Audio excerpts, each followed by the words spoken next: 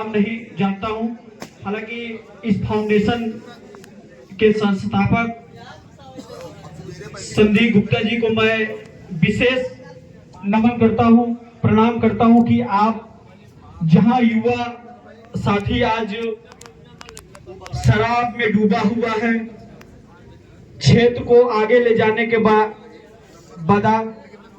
बावजूद क्षेत्र में लड़ाई करना, झगड़े करना, तमाम ऐसी चीजें करना, जो व्यक्ति आगे बढ़ रहा है उसे पीछे खींचने का काम कर रहे हैं। लेकिन आपने एक ऐसा मुहिम चलाया है कि लोग आज निरंतर आपसे जुड़ रहे हैं और क्षेत्र में आप उस स्थान पे पहुंचने का काम कर रहे हैं जहां से हमारे आज तत्कालीन सरकार में उपस्थित लोग नहीं पहुंचना चाहते हैं, पहुंचना नहीं चाहते हैं। सत्य तो यही है कि आज हमारे जितने पत्रकार बंधु हैं, चाहे वो मोनालिसा को फेमस किए हो, चाहे आज माघ मेले में बहुत सारे चीजों को फेमस किए हो, लेकिन हमारे जिसे लोग यूट्यूबर कह दिया करते हैं, अबे चल नहीं तो हटिया का है, इसे कह दिया करते हैं, शायद वही खबर लगाते हैं तब जाके इंटरनेशनल पे चला करता है, और वही दर्द लोगों के बीच में बांटा करते हैं तब जाके इंटरनेशनल क्षेत्र पे जाता है। तब आज मंच पे बैठे हुए सारे तत्कालीन नेता, मैं नाम नहीं लेना चाहता हूं, किसी पार्टी विशेष की बात नहीं करना चाहता हूं,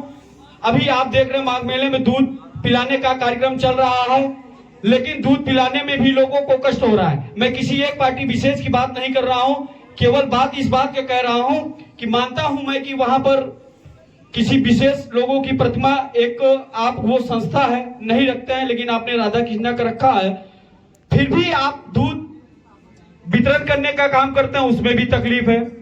तो वो माघ मेला है, वहां पर एक समुदाय विशेष का काम नहीं होना चाहिए, लेकिन सरकार जो दूध अड़ा देना या लोगों को रोकना, ये कहीं न कहीं गलत है मेरे अपने विचार से। और पत्रकार बंधु जो हमारे निरंतर छोटी छोटी चीजों को दिखाने का प्रयास करते हैं, जैसे भैया ने अभी बताया, बड़ा अच्छा इन्होंने, लक्ष्मी भैया ने कहा, इन्हें भी हमारा सादा प्रणाम है।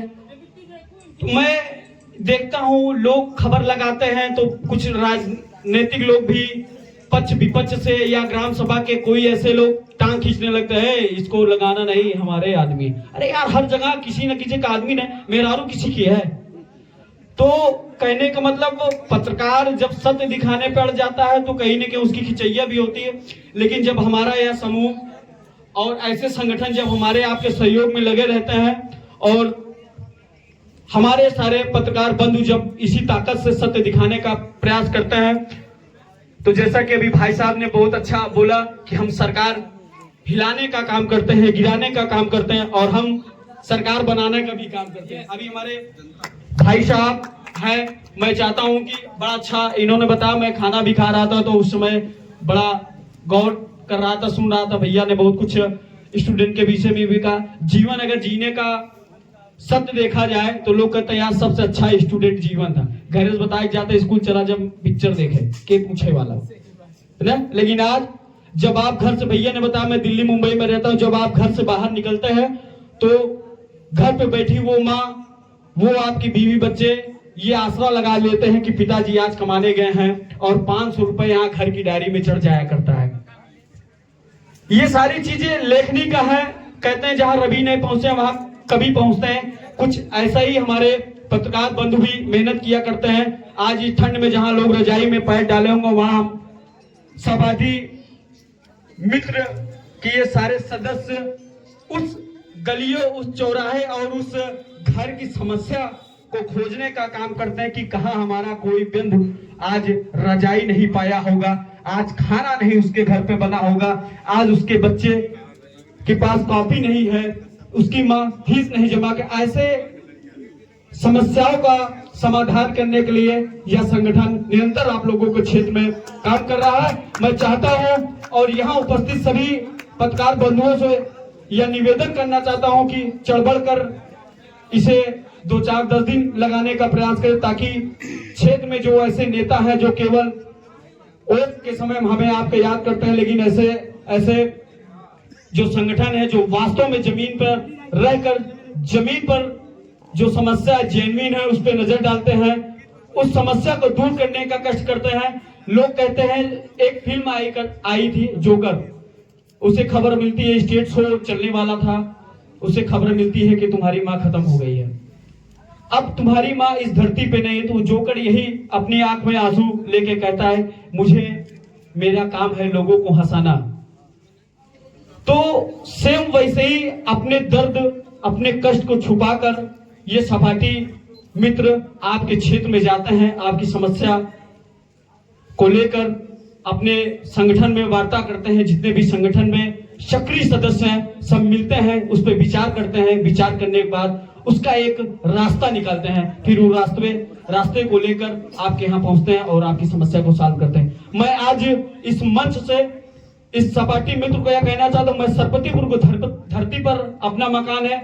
बड़े भाई आशीष प्रजापति को लगभग लोग जानते भी होंगे, बड़े भैया हैं, उनसे आप पूछेंगे या माननीय अभी राम सेवक जी थे जो हमारे चाचा, उनसे कभी जिक्र करें, वकील साहब हैं, ये 100% जानते हो क्योंकि भैया भी वकील हैं, और माननीय केशव प्रसाद मौर्य जी के प्रतिनिधि हैं। तो मेरा मकान सरपतिपुर चौराहे पे, जो भी मेरे लायक कभी भी सेवा होगा भैया तत्पर रहूंगा। मैं NI न्यूज टीवी का प्रधान संपादक प्लस LIC का अभिकर्ता भी हूँ और कई ऐसे संगठनों में मैं कार्यरत भी हूँ और उसमें सदस्य भी हूँ। तो मैं इन्हीं सभी शब्दों से अपने वाणी को विराम देता हूँ।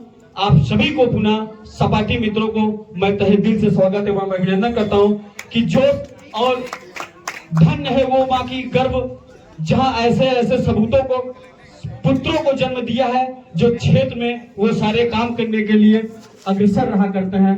बहुत बहुत धन्यवाद, बहुत बहुत साधुवाद। भारत माता की वंदे। बहुत बहुत धन्यवाद सभी पत्रकार। कार्तिकेय यादव जी,